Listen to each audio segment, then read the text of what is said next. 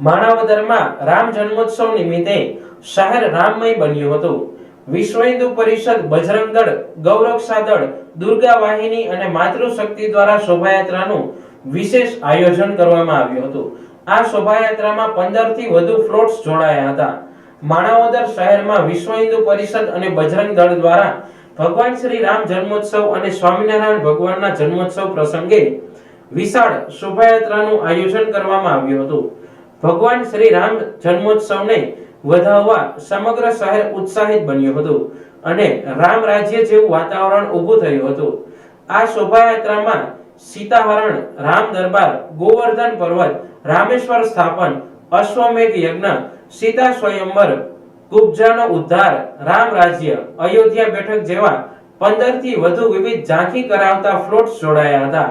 ઉપરાંત બાળકો રામ અને સીતા માતાના વેશભૂષામાં મુખ્ય આકર્ષણનું કેન્દ્ર બન્યા હતા। યાત્રામાં રાજકોટના શક્તિ તલવારબાજી ગ્રુપ દ્વારા તલવારબાજીનો કાર્યક્રમ રાખવામાં આવ્યો હતો તેમજ બજરંગ દળના કાર્યકરોએ અવનવા કરતબો રજૂ કર્યા હતા। શોભાયાત્રાના રૂટ દરમિયાન વિવિધ સ્વૈચ્છિક સંગઠનો દ્વારા ઠંડા પીણા, દૂધ, કોલ્ડ ડ્રિંક્સ અને ચા પાણીનું વિતરણ કરવામાં આવ્યું હતું।